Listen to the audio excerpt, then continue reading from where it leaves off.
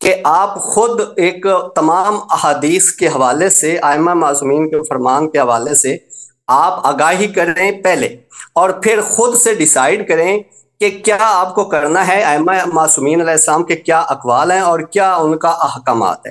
اب میرے لیے میری لائف میں سب سے پہلا جو میرا ایشو ہے کہ میں نے اپنے بچوں کا نان و نفقہ، اپنی وائف کا، اپنی فیملی کو مینیج کرنا ہے، ان کے لیے روزی، کہ کیا میں اس سسٹم میں پڑ جاؤں گا تو میرے تو 40 سال ادھر لگ گئے، نہ میرے پاس سورسز ہوں گے کہ میں احادیث کی کتابیں اکٹھی کروں میں، اور ساری احادیث، ابھی تفسیر نمونہ دیکھ لیں، اس کو پڑھتے ہوئے، اس کو دیکھتے ہوئے، تو میں آلموسٹ سالوں سال گزر جائیں گے، اور اسی طرح مختلف احادیث، جاسول کافی، فروق کافی، روضہ کافی، پھر تہذیب، ابصار، من لا یزر الفقی، اور پھر اس کے علاوہ دیگر حدیث۔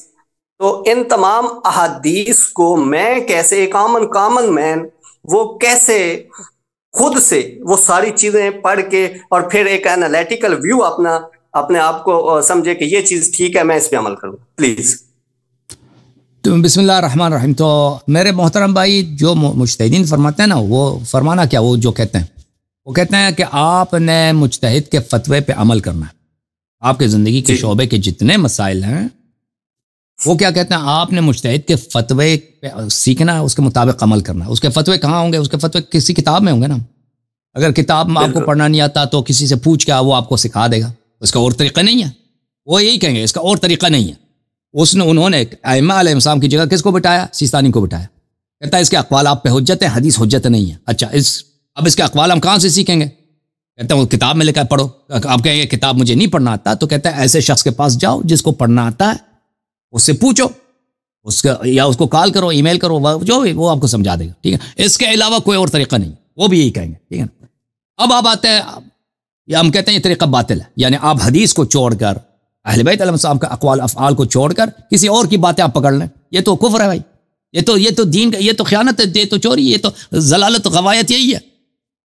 تو صحیح طریقہ کار کیا ہے اس کی طرف آتے ہیں۔ آپ نے کہا تفسیر نمونہ ہم پڑھیں، یہ تو زندگی نکل جاتی ہے اس میں، پھر بحار الانوار پڑھیں، پھر من لا یزر الفقی پڑھیں۔ میرے عزیز، میرے بھائی، دنیا کی ساری احادیث پڑھنا لوگوں پہ واجب نہیں ہے کہ دنیا میں جتنے حدیث ہے، جتنے بھائی تفسیر ہیں وہ آپ پڑھ لیں، یہ میں نے کبھی نہیں بولا۔ عرض یہ ہے کہ جیسے کہتا ہے نا کہ ہماری نماز صحیح ہو، ہمارا روزہ صحیح ہو، یہ جو احکام بنیادی ہمارے پاس ہیں اہل بیت علیہ السلام کو، اس کو سیکھنے بغیر اس کا کوئی چارہ کار نہیں ہے۔ سیکھیں گے تو عمل کریں گے بھائی۔ نماز جب آتی نہیں تو کیا نماز پڑھیں گے؟ اور بھائی کوئی نماز سیکھے بغیر کوئی نماز پڑھ سکتا ہے؟ نہیں پڑھے، وہ سیکھیں گے تو پڑھیں گے نا۔ روزہ کس چیز کا نام ہے؟ وہ روزے کے مسائل سیکھیں گے تو روزہ رکھیں گے نا۔ اب میرے پاس کوئی ایسا نسخہ ہو کہ سیکھے بغیر یا سیکھنے کے بغیر لوگوں کام، یہ مجھے نہیں آتا بھائی، یہ سرس ہو، چاہے آپ مقلد بھی بنے، وہ بھی کہتے ہیں کہ آپ کو سیکھنا پڑے گا بھائی، یا کتاب سے دیکھ کے یا کسی سے سن کے، کسی کے کلاس میں جا کے۔ سیکھنے کے بغیر بھائی عمل نہیں ہو سکتا۔ تو عرض یہ ہے کہ یہ جماعت مجتہدین کا ایک بہت بڑا حربہ ہے، ایک بہت بڑا فریب ہے، ایک بہت ہی بڑا دھوکہ ہے کہ آپ اتنی احادیث کی کتابیں کب پڑھیں گے۔ وہ کوئی سب احادیث پڑھنا ضروری نہیں ہے، لیکن جو مسائل میں آپ کا ابتلا ہے، جو آپ نماز پڑھتے ہیں، وضو پڑھتے ہیں نا، ہم یہ عرض کرتے ہیں کہ مجتہد کا فتویٰ، وہ کہتے ہیں مجتہد کا فتویٰ پڑھو، ہم کہتے ہیں مجتہد کا فتویٰ حجت نہیں ہے، حدیث حجت ہے۔ اب کچھ لوگ حدیث پڑھ سکتے ہیں بھائی، اس طرح نہیں کہ کوئی نہیں پڑھ سکتا حدیث۔ بہت سارے لوگ ہیں آپ کے پاکستان میں، انہوں نے 8ویں جماعت پڑھی ہے، 10ویں جماعت پڑھی، ان کو اردو پڑھنا آتا ہے، اردو پڑھنا آتا ہے، وہ پڑھ لیتے ہیں، بہت آسانی سے پڑھ لیتے ہیں۔ بہت سارے لوگ ہیں، سب لوگ نہیں، بہت سارے لوگ۔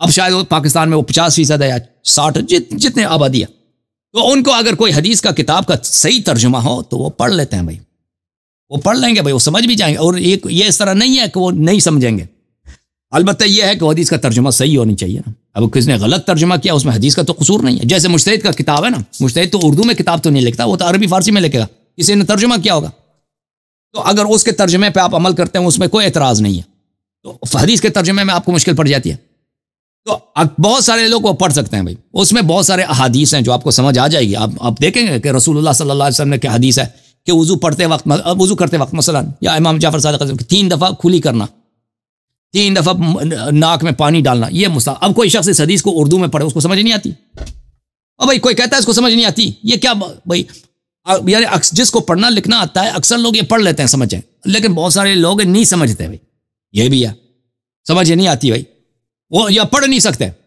یا بعض احادیث ہیں ہم نے پڑھ تو لیا لیکن ابھی ہمارے ذہن میں سوال ہے، کہ بھئی اس سے مراد کیا ہے، اس لفظ سے مراد کیا ہے، اس جملے سے مراد کیا ہے، ٹھیک ہے نا.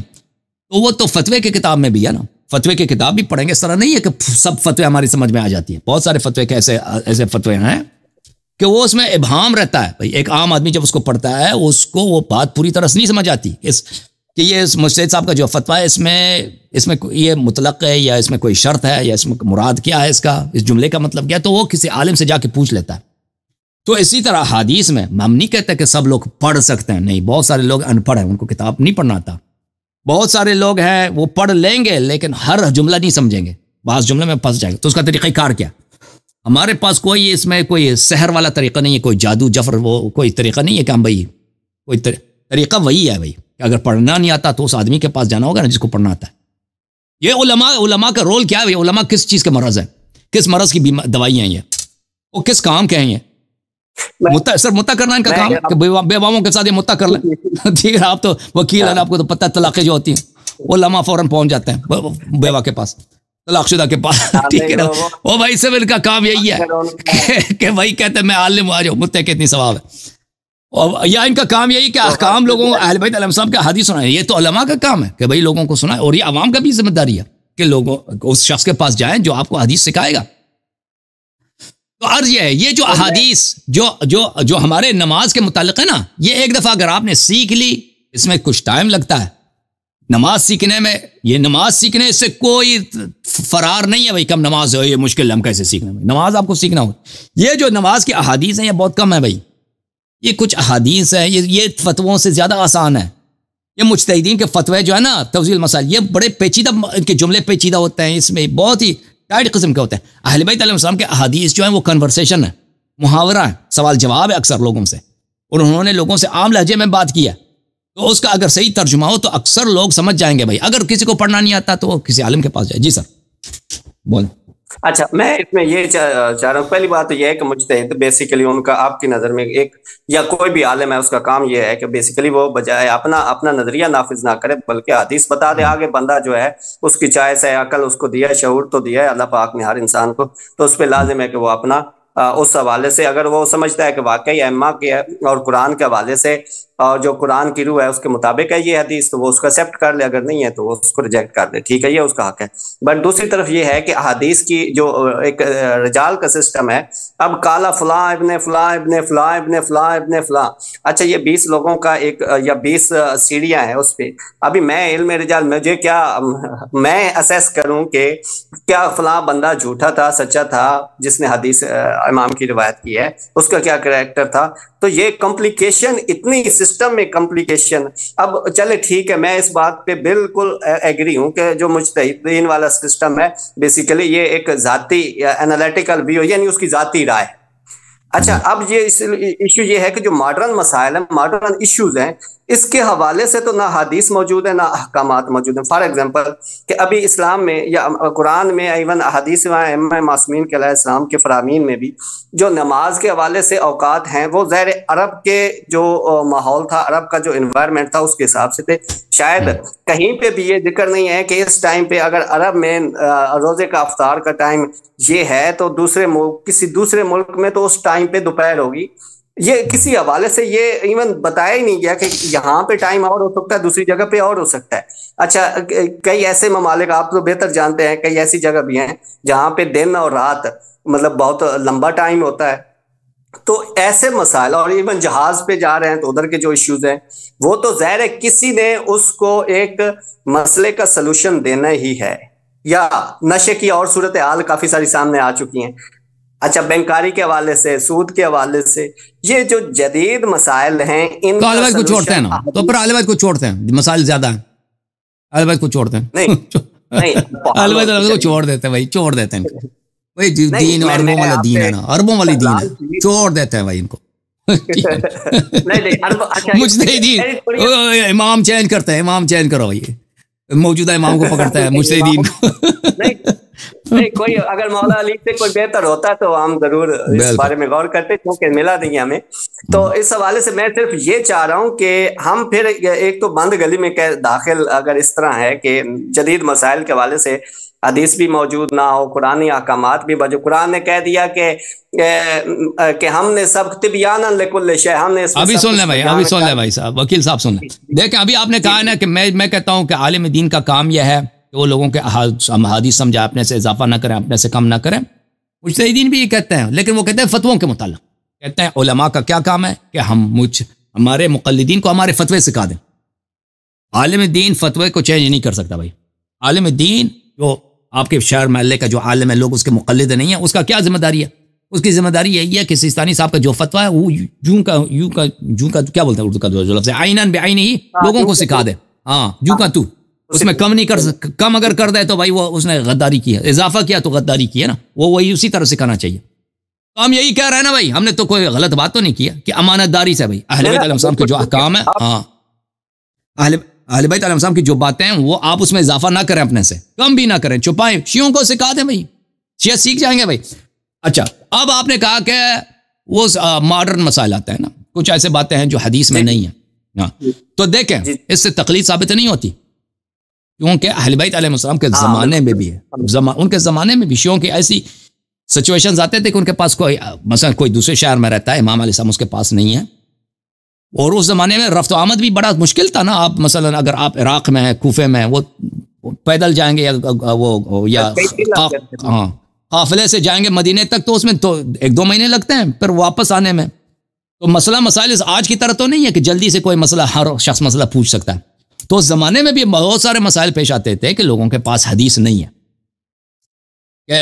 تو اہل بیت علیہ السلام نے کبھی اس کا حل یہ نہیں بتایا، دیکھیں کہ آپ کیونکہ مسائل پیش آتے ہیں کہ آپ کے پاس حدیث نہیں ہے تو آپ جا کے کسی اور کے رائے پہ عمل کریں. یہ انہوں نے طریقہ نہیں بتایا، ٹھیک ہے نا. کہ اگر ایسا مسئلہ آ جائے، اس کے پاس آپ کے پاس حدیث نہیں ہے، روایت نہیں ہے، تو آپ کیا کریں اس مسئلے میں. یہ نہیں ہے کہ آپ کسی اور کے بات پہ اس کی تقلید کریں. اور عرض یہ ہے کہ میں وہ آپ کے ماڈرن مسائل کی طرف آتا ہوں، لیکن اکثر مسائل جو ہیں ہمارے وہی ہیں دین کے، جو انہیں ائمہ علیہ السلام کے زمانے میں تھی. نماز پڑھتے ہیں، یہ چینج ہونے والی چیز نہیں ہے. لیکن وضو بناتے ہیں، ہم تیمم کرتے ہیں، ہم روزہ رکھتے ہیں، اور بعض چیزیں ہیں کہ وہ دیکھیں ٹائمنگ کا مثلا آپ نے اشارہ کیا نا، وہ تو اہل بیت علیہ السلام نے بتایا کہ نماز کے ٹائمنگ کون سے ہوتے ہیں، زوال کا وقت کیا ہے، مغرب کا وقت کیا ہے، فجر. وہ تو کسی بھی ملک میں جائیں وہی ہے نا. اگر آپ پولز میں چلے جائیں، جو پولز میں جاتا ہے نا، جو نارتھ پول یا ساؤتھ پول، وہاں پہ جو ہے ہاں دن رات کا پرابلم رہتا ہے. وہ کسی حدیث میں نہیں ہے کہ اگر ہم ایسی جگہ پہ جائیں جہاں پہ دن رات نہیں ہے، یا رات ہی رات ہے دن ہی دن، وہاں پہ ہم کیا کریں. ٹھیک ہے، یہ کسی حدیث میں مذکور نہیں ہے.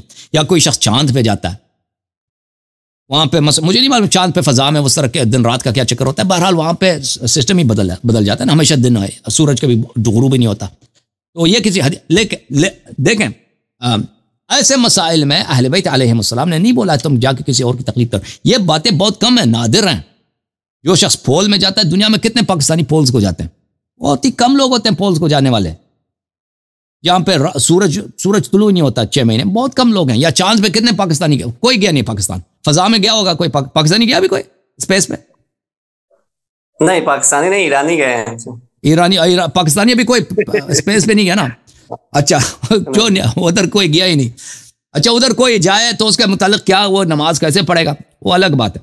لیکن جو لوگ زمین پہ، ہم تو زمین پہ رہتے ہیں نا، یہاں پہ ہمارے وہی اوقات ہیں جو رسول اللہ صلی اللہ علیہ وسلم کے زمانے میں تھے نماز وغیرہ کے. اکثر مسائل وہی ہیں. اچھا اب کوئی ایسا مسئلہ اگر پیش آتا ہے جس پہ حدیث نہیں ہے، تو دیکھو میرے بھائی، اس میں نے اس مسئلے پہ تقریر کی ہے، احادیث بیان کی ہے. وہ احادیث آپ آدھا گھنٹے میں سیکھ سکتے ہیں، 25 منٹس میں سیکھ سکتے ہیں کہ اہل بیت علیہ السلام نے کیا بتایا. کہ اگر کسی مسئلے پہ حدیث نہیں ہے تو آپ کیا کریں. دیکھو اس میں کہیں نہیں ہے کہ آپ تقلید کریں. اس میں جو حل ہے وہ یہ ہے کہ اگر آپ کو شک پڑتا ہے یہ چیز حرام ہے یا حلال ہے، یا شک پڑتا ہے آپ کو یہ واجب ہے یا حلال ہے، ٹھیک ہے نا، 2 شک ہو سکتے ہیں، یا تو یہ واجب ہے یا یہ حلال ہے، یا واجب نہیں ہے، مثلا مباح ہے. تو اس صورت میں واجب نہیں ہے بھائی، چھوڑ، واجب نہیں ہے. اگر شک پڑ جائے کہ یہ حرام ہے یا حرام نہیں ہے تو حرام نہیں ہے اگر شک. مگر مسئلہ ایسا ہو کہ وہ جو ہے وہ حرام سے بہت ملتی ہے، اس کی شباہت، وہ شبہ ایسا ہے کہ وہ حرام سے اس کی شباہت بہت ہے، ہمارے پاس حدیث نہیں. لیکن اہل بیت علیہ السلام نے فرمایا ایسا مسئلہ اگر پیش آئے تو رک جاؤ. مثلا ہیروئن جو ہے نا, ہیروئن پہ کوئی حدیث نہیں کہ ہیروئن حرام ہے یا چرس جو ہے حرام ہے, ٹھیک ہے نا, لیکن یہ ایک ایسی چیز ہے کہ بہت مضر ہے, اور یہ شراب سے بھی بہت ملتی ہے کہ انسان کے عقل کو معطل کر دیتی ہے. تو اس مسئلے پہ ایسے چیزیں جو حرام سے بہت ملتی ہیں, مثلا کوئی حدیث نہیں ہے, دیکھیں کہ آپ کسی اجنبی مرد کے منی کو جا کر کسی, یہ جو بھنگ ہے نا, میں اس کی کوئی فیور میں نہیں ہوں, لیکن اس کے بہت سارے فوائد بھی ہیں, گرمیوں میں جرکان کے لیے بڑی ٹھیک ہے بھائی. چرس, ہاں وہ مریوانا کی بات کر رہے ہیں نا, وہ لوگ کہتے ہیں اس کے فائدے ہیں, مجھے نہیں معلوم. اگر چلے وہ مثال میں نقاش ہے نا, وہ مثال میں آپ نقاش کر سکتے ہیں, لیکن ہم فرض کرتے ہیں ایسی چیز ہے جو حرام سے بہت ملتی ہے, ٹھیک ہے نا. مثلا سیستانی صاحب کا فتویٰ ہے کہ عام اجنبی مرد کے منی کو آپ عورت کے رحم میں ڈال سکتے ہیں, اس کے منی سے آپ نطفہ بنا کر اس کو عورت میں ڈال سکتے ہیں. کہ اس سے کیا ہوتا ہے کہ یہ عورت جو ہے اب حاملہ بن گئی, کس سے؟ اپنے شوہر سے نہیں بنی ہے, کسی اور اجنبی اس کو جانتی بھی نہیں یا جانتی ہے اس سے, وہ یہ کہتے ہیں جائز ہے. کہتے ہیں کیوں کہ ہمارے پاس کوئی حدیث ہی نہیں ہے کہ بھائی ہم اجنبی مرد کا منی جو ہے عورت کے ایگ کے ساتھ ملا کے اس کو فرٹیلائز کریں, پھر اس کو عورت کے جو ہے رحم میں ڈال دیں. یہ کوئی حدیث ہے کہ یہ حرام ہے؟ نہیں, کوئی حدیث نہیں ہے. تو کہتا ہے جائز ہے. تو دیکھیں, لیکن یہ حرام کی بہت شے بھی ہے کہ آپ ایک بچہ بنا رہے ہیں, ایک عورت کو حاملہ بنا رہے ہیں, کس سے؟ ایک اجنبی مرد کے نطفے سے. یہ شبہہ تو ہے نا, شبہہ تو ہے. اہل بیت علیہ السلام نے فرمایا کہ شبہات میں آپ کا کیا ذمہ داری ہے؟ وقوف کرنا, رک جانا. اگر حلال بین حرام بین و شبہات بین ذالک, حلال واضح حلال ہے وہ تو حلال ہے, وہ واضح حرام ہے وہ حرام ہے. ایک بات شبہات آ جاتے ہیں, شبہات میں آپ کا کیا حکم ہے کہ آپ رک جائیں. تو میں عزیز کہنے کا مقصد یہ ہے کہ دیکھیں جو شکوک مسائل پیش آتے ہیں, کبھی انسان کو شک ہوتا ہے کہ یہ چیز واجب ہے یا واجب نہیں ہے. اگر حدیث میں نہیں لکھا ہو کہ واجب ہے تو جائز ہے بھائی, مباح ہے, واجب نہیں ہے. اگر شبہ پیش آتا ہے کہ یہ حرام ہے یا حرام نہیں ہے, شک ایسا پیش آ گیا تو بھائی وہ حرام نہیں ہے. شک پیش آ جاتا ہے کہ یہ چیز میرے نماز میں یہ شرط ریکوائرڈ ہے یا ریکوائرڈ نہیں ہے, اگر حدیث میں نہیں لکھا تو نہیں ہے بھائی, نہیں ہے, شرط نہیں, وہ اللہ آپ کا حساب نہیں لے گا. لیکن صرف ایک مسئلہ ہے کہ اگر کوئی ایسا مسئلہ پیش آ جاتا ہے کہ وہ حرام سے شباہت رکھتا ہے, کہ آپ کے دل میں شک آ جاتا ہے, ٹھیک ہے نا, پھر اس مسئلے میں آپ نے وقوف کرنا ہے, اس مسئلے میں آپ نے احتیاط. یا اہل بیت علیہ السلام کا حکم کسی میں یہ نہیں ہے کہ آپ جا کے کیا کرو, مجتہد کا تقلید کرو. ایک ہاں ہے کہ اگر آپ کو کوئی حدیث نہ ملے کسی مسئلے پر, تو آپ دیکھ لیں کہ مخالفین نے جو احادیث علی علیہ السلام سے نقل کی ہے, امیر المؤمنین علیہ السلام سے مخالفین نے جو احادیث نقل, اس پہ عمل کرو. اجازت دی ہے, مخالفین کا حدیث پہ ویسے اجازت نہیں ہے. اگر کسی مسئلے میں آپ کو شیعہ حدیث نہیں ملتا, مخالفین نے اگر امیر المؤمنین علی علیہ السلام سے کوئی حدیث نقل کی ہے تو اس پہ آپ عمل کر سکتے ہیں. دوسرا فرمایا, اگر کسی مسئلہ پیش آ جاتا آپ کو اس میں حدیث نہیں ملتا, آپ کیا کریں؟ اس فرمایا کہ جاؤ جماعت عمریہ کے عالم کے پاس جاؤ, اس سے فتویٰ طلب کرو. تم کہہ دو کہ بھئی یہ مسئلہ پیش آیا, میں نارتھ پول کو جا رہا ہوں, نارتھ پول میں ادھر دن رات میں کیا کروں؟ جو جماعت عمریہ کا عالم کہہ دینا, اس کے بالکل برعکس عمل کر لینا, کیونکہ ہدایت ان کی مخالفت میں, ہدایت بالکل یہ حدیث ہے بھائی, جو وہ فتویٰ دے دینا بالکل وہ کہہ دے کہ بھئی اس طرح نماز پڑھو یا یہ کرو, تم نے بالکل 180 ڈگری اس کی مخالفت کرنا ہے, تمہارا کام یہی ہے. تو دیکھیں میرے بھائی, یہ بات جو آپ فرما رہے ہیں نا کہ ہمارے پاس مسائل پیش آتے ہیں جو حدیث میں نہیں ہے, یہ بہت نادر چیزیں ہیں. اکثر چیزیں حدیث میں موجود ہیں, اور وہ حدیث آپ لوگوں کو بتائیں, لوگوں کو بخوبی سمجھ آ جاتی ہے. وہ کچھ مسائل ہیں جو حدیث میں نہیں ہے, خود اہل بیت علیہ السلام نے ان کا طریقہ کار بتا دیا ہے کہ اگر کوئی چیز حدیث میں نہیں ہے تو تم کیا کرو. یہ نہیں بتایا بھائی کہ تم جا کے تقلید کر لینا. اگر یہ ہوتا نا, اگر یہ کوئی حدیث ہوتی ہے کہ اگر کوئی مسئلہ حدیث میں نہیں ہے تو تم جا کے تقلید کر لینا, تو پھر بھی تقلید صرف اسی مسئلے میں ثابت ہو جاتا نا. پھر بھی تقلید ابھی مطلق ہے, تقلید ابھی تو انریسٹرکٹڈ ہے. ابھی جو شیعہ تقلید کرتے ہیں نا, وہ تو ہر جس مسئلے میں حدیث ہے اس میں بھی تقلید کرتے ہیں. اس میں کہاں وہ صرف ان مسائل میں تقلید کرتے ہیں جس میں حدیث نہیں ہے.